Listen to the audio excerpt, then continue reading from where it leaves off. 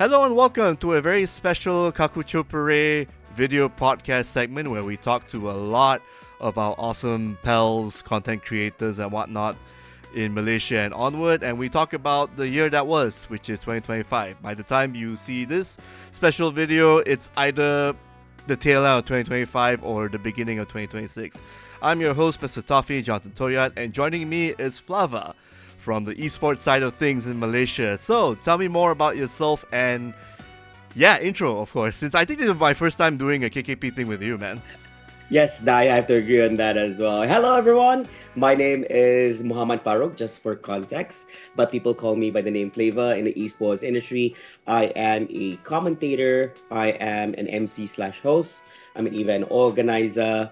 I help people out with visas for people traveling overseas. I help people with networking with other people in the esports industry. I help doing international relations for esports around Southeast Asia and Asia, and a lot of other things. Yes. Yes, I guess that's a little bit about me, I guess. I think there's so many things I do. Too many, if we're being honest. There's too many, which is very worrisome. Here's the thing. Sometimes it's not really a good thing, like that. It's very worrisome too. It's like, why am I doing so much? All right. And I sorry if we actually pronounced your name wrong. So it's Flava from now on, is it? Or Flava? Oh, that's the thing. I mean, there's nothing wrong with how you pronounce it. It's just that kalau Melayu, like Malaysia, they were like, hey, Flava. Then if English is like, hey, Flavor. I wanted it to go down the path of flavor, but somehow it didn't work because everybody's like, hey, Flava. Like, because we're Malaysians, right? Yes, so like, totally. Nobody's gonna go English like, hey, Flavor. No. True that. Yeah. So I have to ask, like, before we get to your listicle, we should talk about how 2025 has treated you. Like, how has it been for you in terms of esports and career and whatnot? Like, how has it been? Interesting question, because I didn't know how to really approach this. I think there's some ups and downs going on when it comes to esports.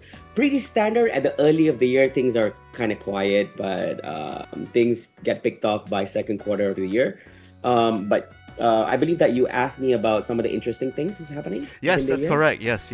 Yes. Of course, number one on the list has got to be SEA Games Thailand, because for the first time ever, Malaysia got gold medal for a Tamasha event, which is gold medal for Mobile Legends Bang Bang for the women's category. So congratulations to the women's category, and also congratulations to the men's for Mobile Legends Bang Bang for getting the silver. So yeah, I think that's amazing achievement by Team Malaysia, by the way. And yeah, that's just the beginning of things. You get that goal, and I do hope from that it will propel esports to be a tier 1 sports under the Ministry of Youth and Sports and the Olympic Council of Malaysia. I mean, that's what I'm praying for.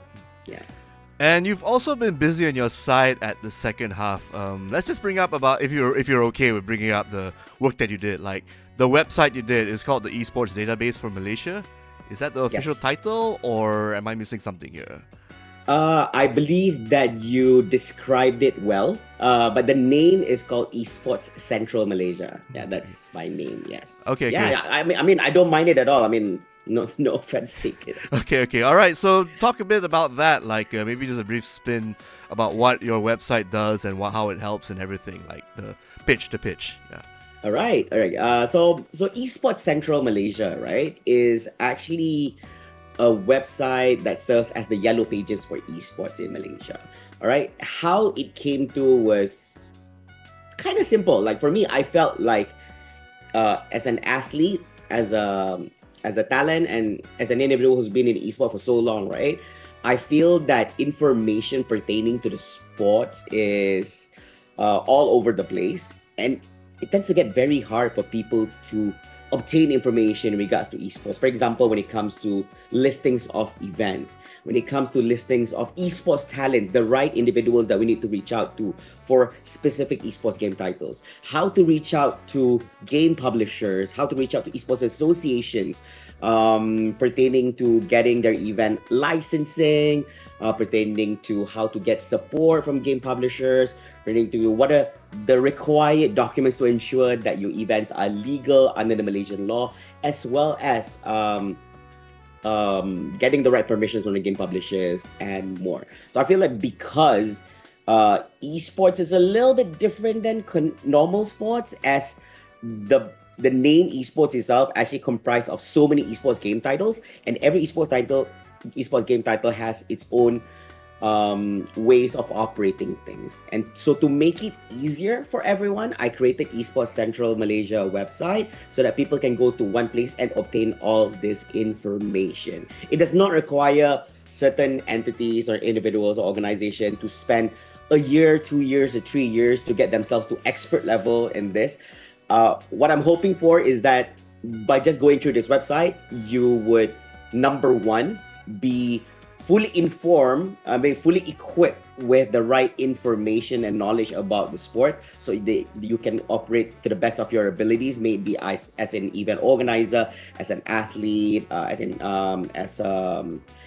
association, or whatever it may be, right? And secondly is that so that you don't get in trouble in any way. For me, I dislike the whole idea where illegal events are still roaming around, and the excuse that everybody tends to give is that we don't actually know how to actually get the licensing stuff, right, from the under the Malaysian law, for Pesuruhjaya Sukan, from the National Esports Federation, from the game publishers and all that. Here's the thing, a lot of people say, oh, you need cable.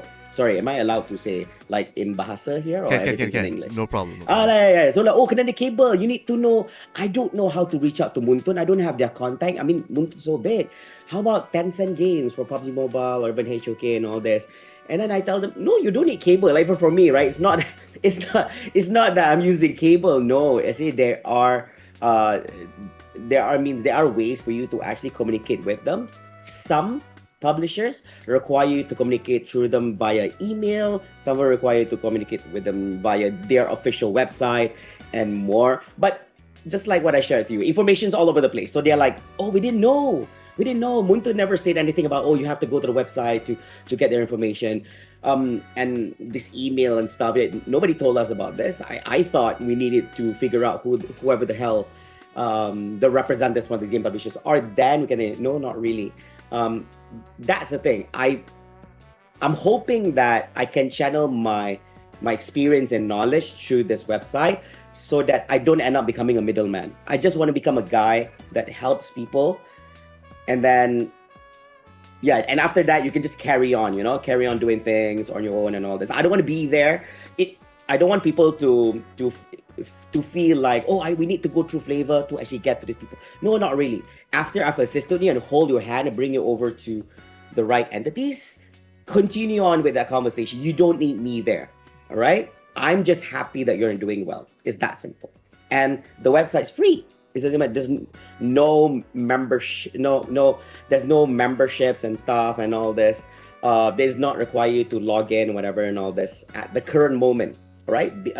And that's a good reason for that as well, because I have not found a reason for people to be required to actually, log in, anything like that.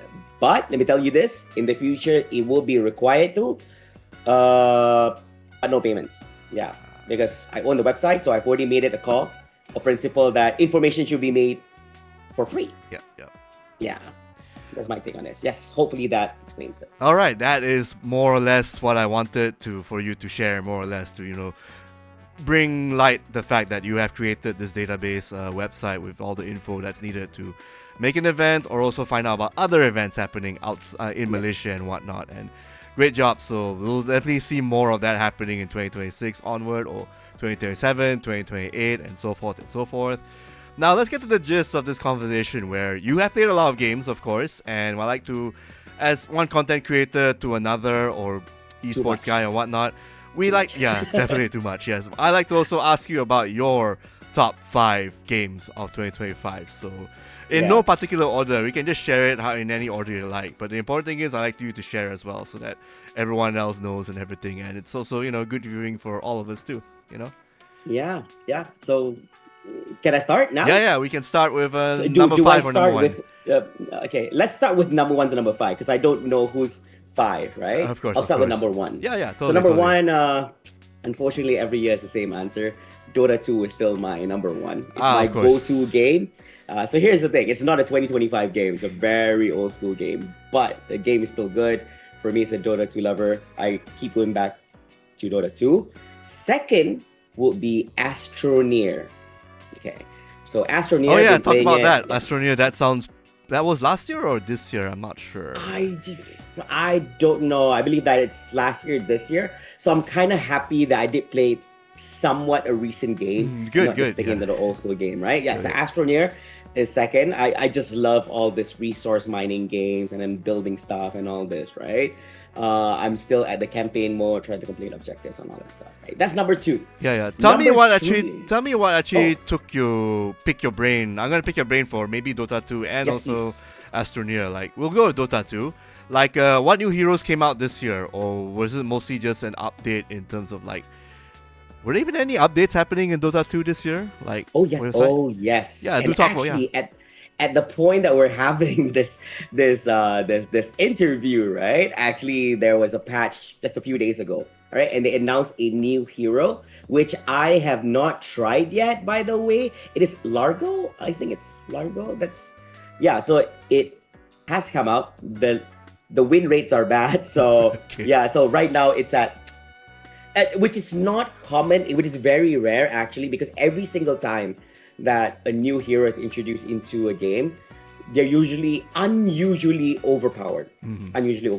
Right? So because they want to encourage people to keep playing it and all this. Something like Marcy, right? The exactly. Yeah, they will just overpower you just for a while so that you would enjoy playing it, so you can gain ranks and all this. It's all part of, like, we can read you about. This one, bad win rates. Either people don't know how to play him or something like that. Even I'm too scared to try him out. But yes, because and on top of all that, there's some map changes, meaning that the terrains, the locations, some of the uphill places where you can place wards and all that has been shifted. So yeah, it's a major update. It's not a mini patch and all this. Yeah, it's quite a major update. Nice. Now that we get to Astroneer, your second pick. Like, so what was it that really drew you to it? Was there like was it the sounds? Was it the mechanics or whatnot?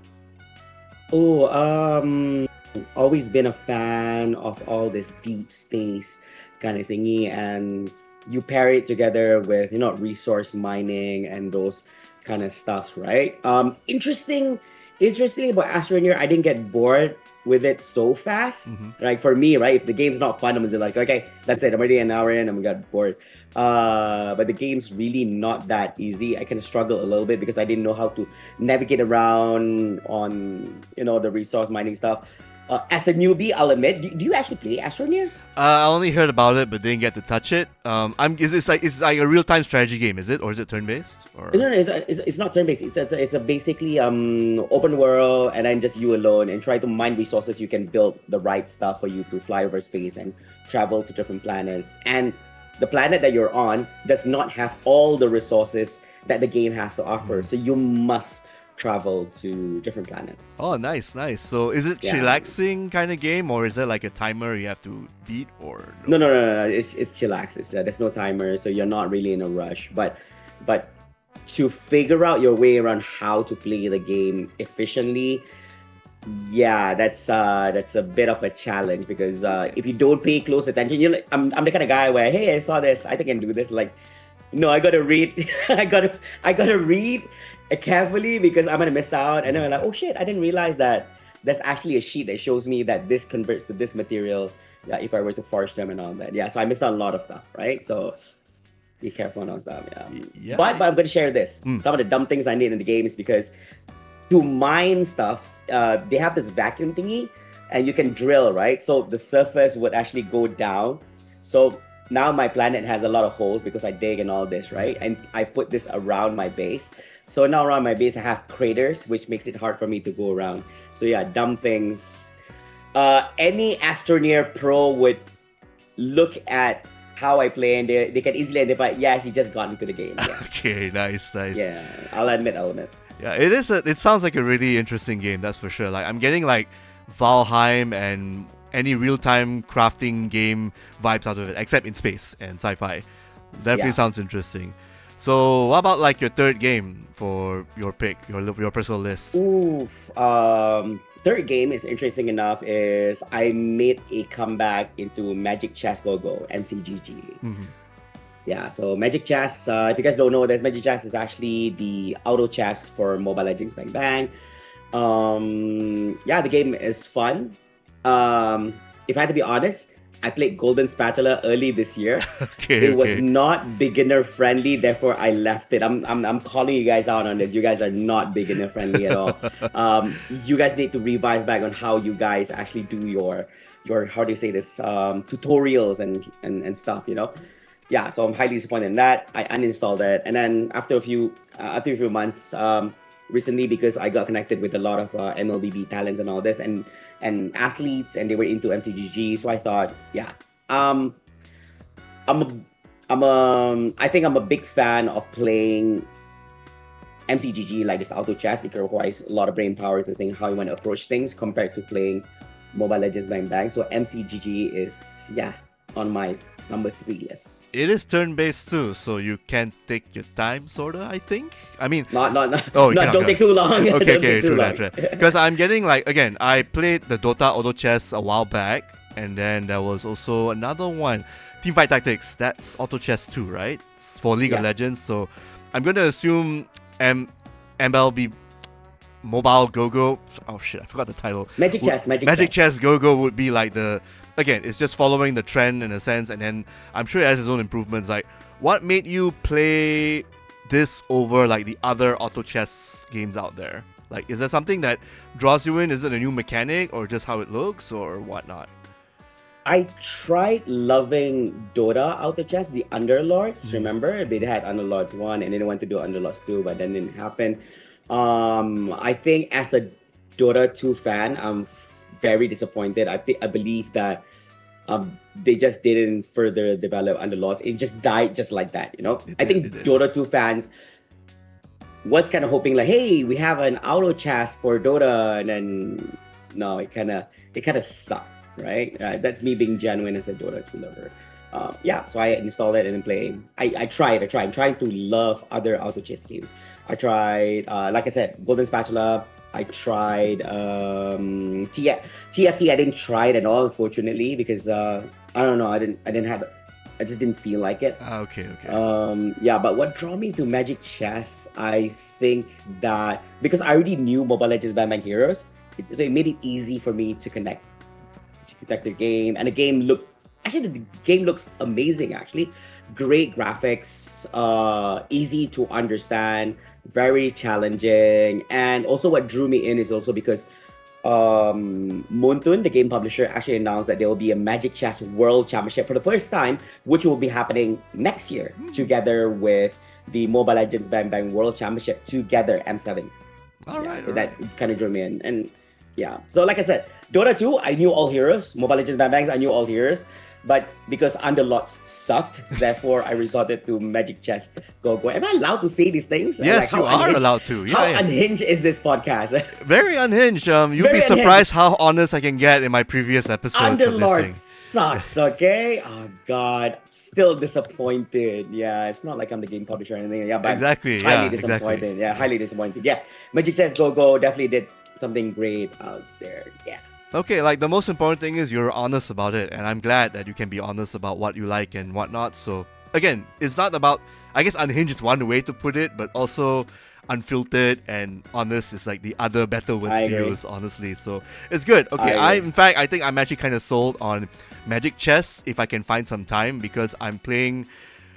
There's this indie game that came out, Unbeatable, which I'm trying to get through, and also Skate Story, which I'm telling everyone to play. If you played Tony Hawk, if you played Skate, EA, you should play this game, Skate Story. What was it again? Skate Story. It's on Steam, on PC. You can find it you on say PC. Tony Hawk, so So Skate Story. Imagine Tony Hawk, but you play a guy who is a demon who has to eat the moon. And to eat the moon, you have to perform skate tricks.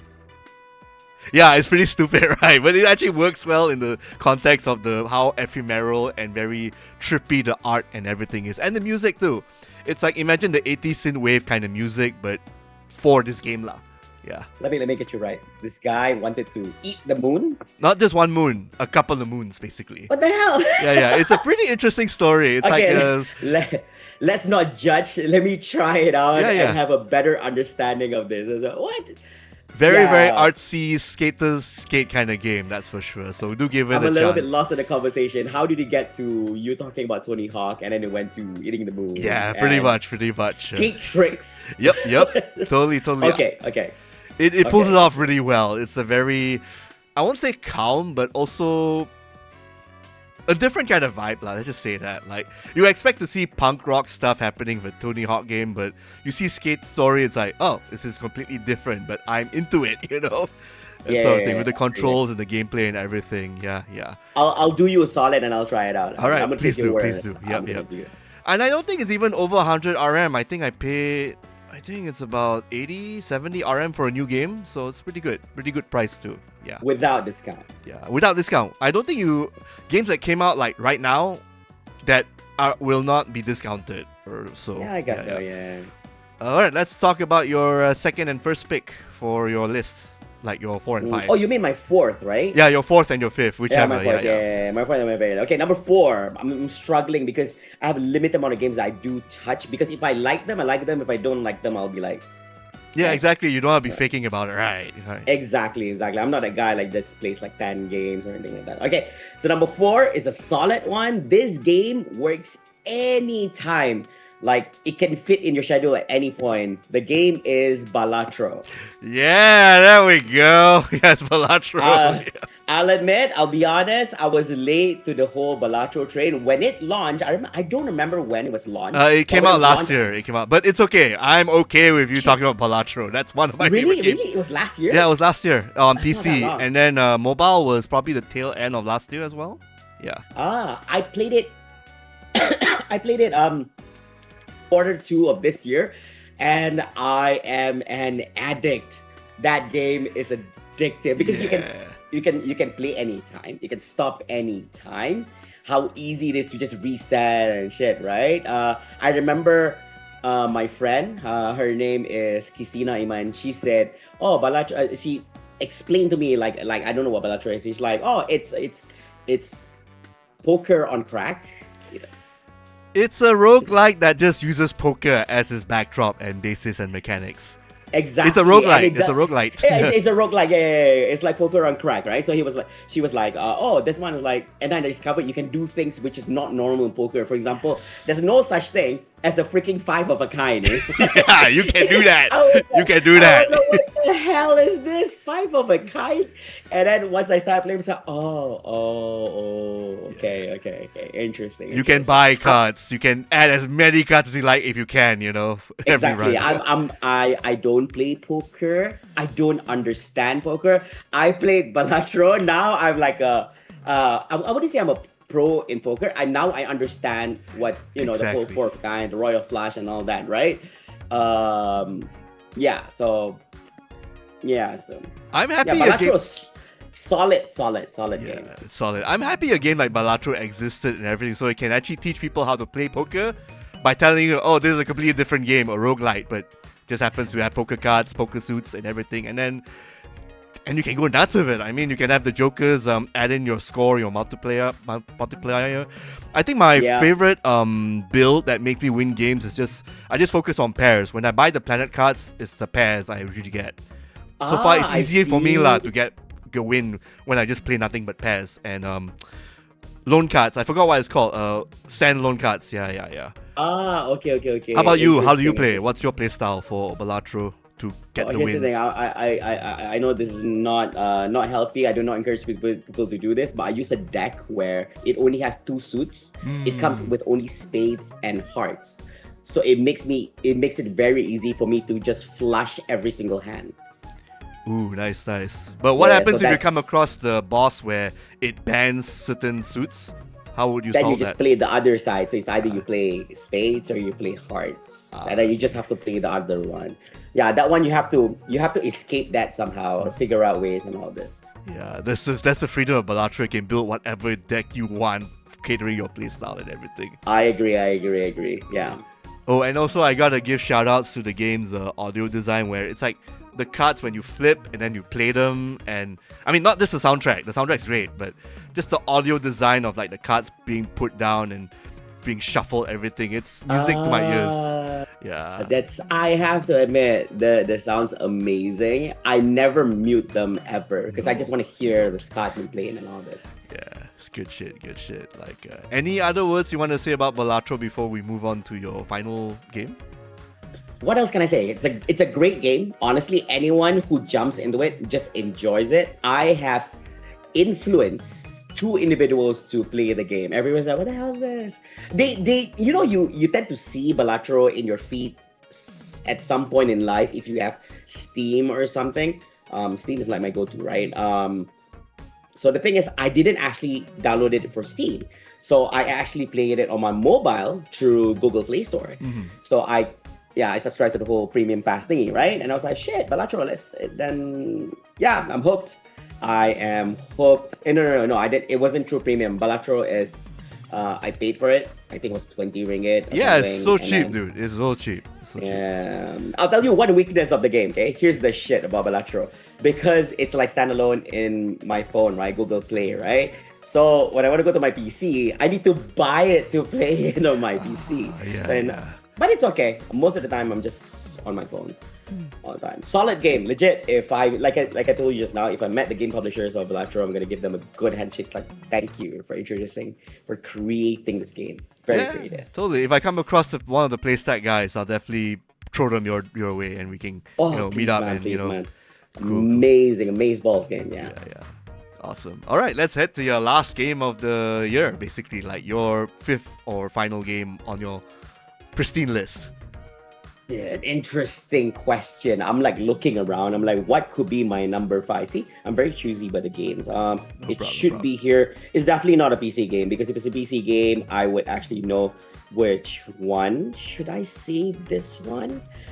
Okay, let's go with this one. Here's the thing. I'm a big fan of this game. Before I was hooked on Balatro, I kind of left this game. It's called Brotato. Brotato. Okay, I've heard a little bit about that. Maybe add in more context, talk about it.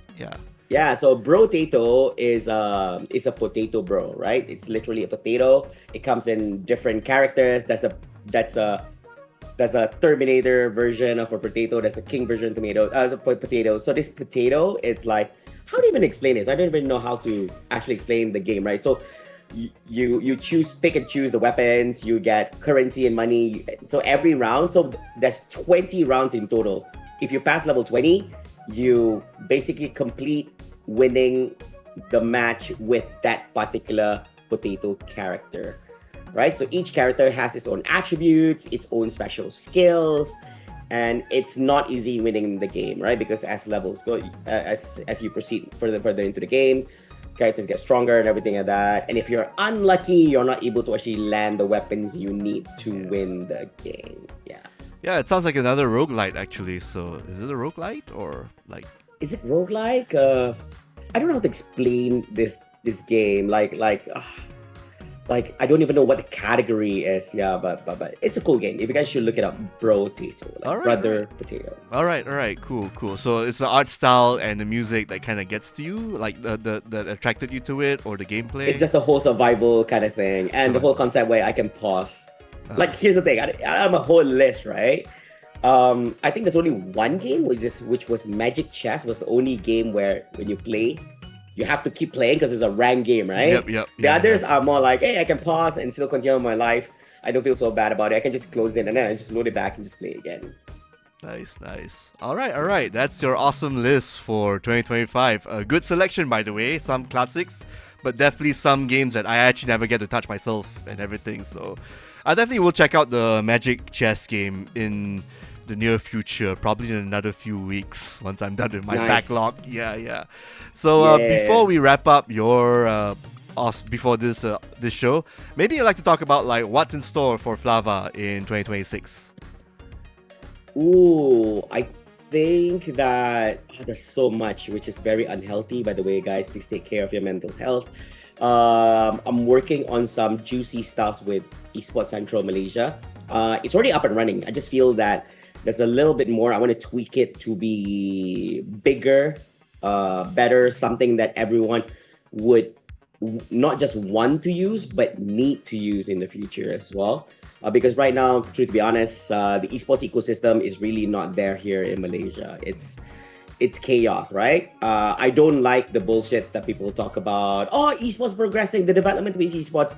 Let's not lie about things. If you're really in the sport, you can clearly see there's nothing proper in place. Everything is still everyone's still minding their own things and doing their own shit and all this. Nobody is trying to make a move, trying to get things organized and shit, right?